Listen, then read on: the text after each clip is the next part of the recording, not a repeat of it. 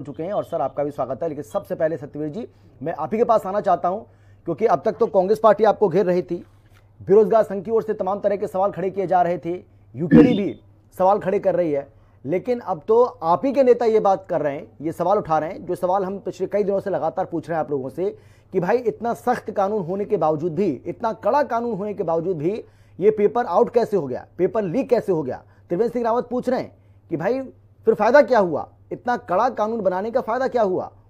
अगर कड़ा कानून होने के बावजूद भी नकल माफियाओं के हौसले इतने बुलंद हैं तो फिर तो भगवान ही मालिक है। अमित जी, जहां तक कांग्रेस की बात है, कांग्रेस को इस विषय पे बोलने का कोई नैतिक अधिकार ही नहीं है, क्योंकि इनके समय पे हमने देखे कि कितने बड़े बड़े कीर्तिमान स्थापित किए हैं, भ्रष्टाचार के हो या फिर पेपर लीक के मामले हो।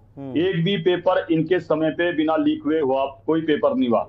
मैं कई बार कह चुका हूं, कांग्रेस जब कोई पेपर लीक होता था उसको अपनी बड़ी अमित जी, कांग्रेस की बात नहीं हो रही है, त्रिवेंद्र सिंह रावत जी की बात हो रही है। पेपर लीक हुआ है तो वो अपनी बड़ी सफलता मानते थे। बीएस रावत उनमें से एक बहुत बड़े सरगना थे, वो सबको पता है और जेल की सलाखों के पीछे भी गए हैं वो जब हमारी सरकार आई। हमारी सरकार आने के बाद आदरणीय मुख्यमंत्री जी ने उत्तराखंड के जितने भी युवा है उनके उज्जवल भविष्य के लिए ये कानून बनाया कि जितने भी जिनको भी कांग्रेस ने संरक्षण दिया था, इस प्रकार का नेटवर्क उन्होंने खड़ा किया था, उसको ध्वस्त करने के लिए और यहाँ के युवाओं को स्वच्छता से और पारदर्शिता से नौकरी मिल सके, उनकी ईमानदारी का इनाम उनको मिल सके, उसके लिए ही तो ये कानून लाया गया था। मगर हाँ, मैं इतना स्पष्ट कहना चाहता हूं कि जो ये 2000 जब से ये कानून आया है अब तक आप देख लीजिए कि 25,000 से अधिक नौकरियां देने का काम किया, विशुद्ध रूप से पारदर्शिता से दिया।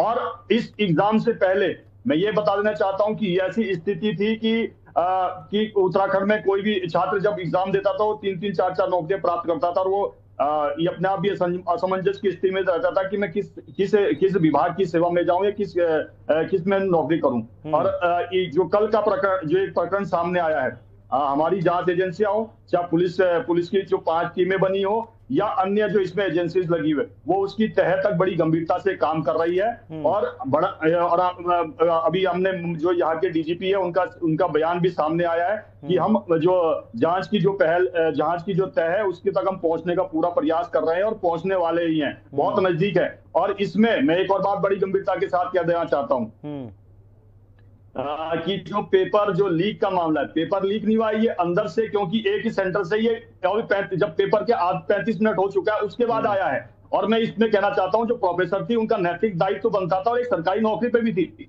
जब उनके पास इस प्रकार का कोई प्रकरण सामने आता तो उनको पुलिस को हैंड ओवर करना चाहिए था, ना कि किसी व्यक्ति को हैंड ओवर करना चाहिए था। जांच करेगी पुलिस, करेगी हमारी सरकारी एजेंसियां करेगी, ना कि कोई व्यक्ति जिसको तुम सौंप रहे हो। मतलब और उन्होंने कितना गैर जिम्मेदार माहौल खड़ा किया है। और मैं आपको बता देना चाहता हूं कि हमारी सरकार बड़ी पारदर्शिता के साथ और आदरणीय मुख्यमंत्री जी का हमेशा से लेकिन सतवीर जी, जांच तो तब होगी ना, किसी प्रकार का सतवीर जी, जांच तो तब होगी। नहीं, मेरी बात सुनिए सर।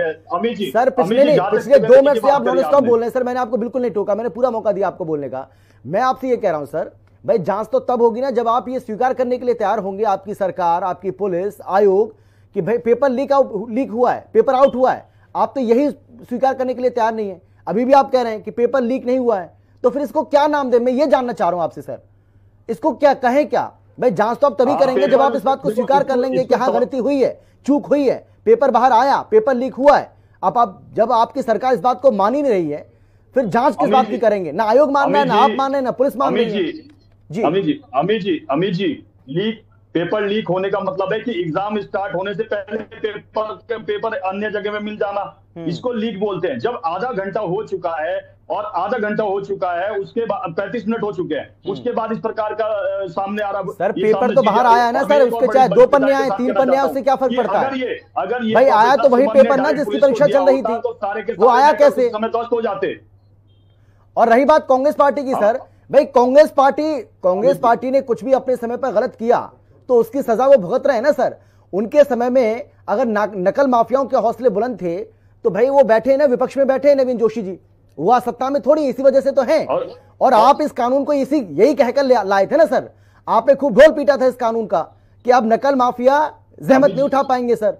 वो दुस्साहस नहीं कर पाएंगे, लेकिन हो क्या रहा है वो आप देख पा रहे हैं सर। तो फायदा क्या हुआ, मैं ये जानना चाह रहा हूँ आपसे, इतने सख्त और कड़े कानून का। 200 से अमित जी 5 सेकंड, 200 से अधिक नकल माफिया हमारी सरकार ने गिरफ्तार की है कांग्रेस के समय। सर मुझे एक इतने बड़े सर आप मुझे एक एग्जांपल दीजिए सत्यवीर जी, आप मुझे एक एग्जांपल दीजिए कि इस नए कानून के तहत आपने एक भी गिरफ्तारी की है, कोई भी अगर सजा हुई है तो मुझे बता दीजिए। इस नए कानून के तहत जो 2023 में आपने कानून लागू किया जिसका इतना ढिढोरा पीटा। आपको बता दो अमित जी आपको बता तो रहा हूं कि इस जब से ये नया कानून आया है तब से ये पहला प्रकरण है 25,000 नौकरियों के बाद।